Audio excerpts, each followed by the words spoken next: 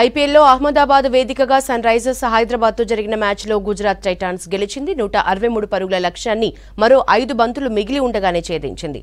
Batting, bowling రెండింటిలోనూ SRH fail అయింది. ఈ మ్యాచ్ హైదరాబాద్కి రెండో ఓటమి కాగా గుజరాత్కి సెకండ్ విక్టరీని నమోదు చేసుకుంది.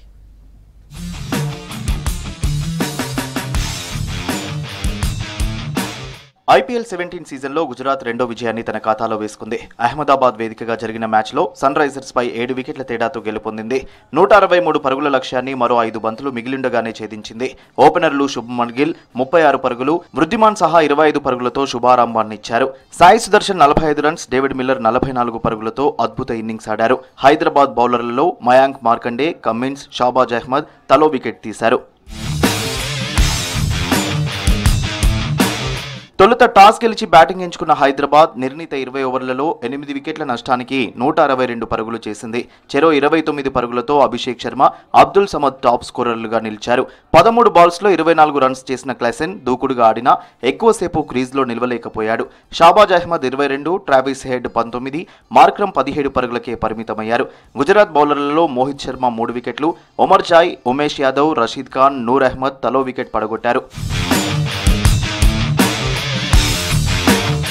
లక్ష్య ఛేదనకు దిగిన గుజరాత్ ఓపెనర్లు వృద్ధిమాన్ సాహా, శుభ్మన్ గిల్ శుభారంభాన్నిచ్చారు. దాటిగా ఆడుతూ 25 పరుగులు చేసిన వృద్ధిమాన్ సాహాను స్పిన్నర్ షాబాజ్ అహ్మద్ అవుట్ చేశాడు. తర్వాత ఫస్ట్ డౌన్లో వచ్చిన సాయి సుదర్శన్తో కలిసి కెప్టెన్ శుభ్మన్ గిల్ ఇన్నింగ్స్ నిర్మించాడు. 10వ ఓవర్లో మయాంక్ మార్కండే బౌలింగ్లో క్యాచ్ అవుట్ అయ్యాడు. ఆ తర్వాత క్రీజ్లోకి వచ్చిన డేవిడ్ మిల్లర్తో కలిసి సుదర్శన్ కీలక ఇన్నింగ్స్ ఆడాడు. 16.1వ బంతికి సాయి సుదర్శన్ భారీ షాట్కు ప్రయత్నించి అభిషేక్ శర్మ చేతికి చిక్కిపోయాడు. చివరిలో వచ్చిన విజయ్ శంకర్ సాయంతో డేవిడ్ మిల్లర్ లక్ష్యాన్ని పూర్తి చేశాడు. చివరి ఓవర్ మొదటి బంతిని 6 కొట్టి మిల్లర్ జట్టును గెలిపించాడు. 4 ఓవర్లలో 3 వికెట్లు తీసి 25 ఇచ్చిన గుజరాత్ బౌలర్ మోహిత్ శర్మకు ప్లేయర్ ఆఫ్ ది మ్యాచ్ దక్కింది. చెరో 3 మ్యాచ్లు ఆడిన గుజరాత్, హైదరాబాద్ జట్లు పాయింట్ల పట్టికలో 4, 5వ స్థానంలో ఉన్నాయి.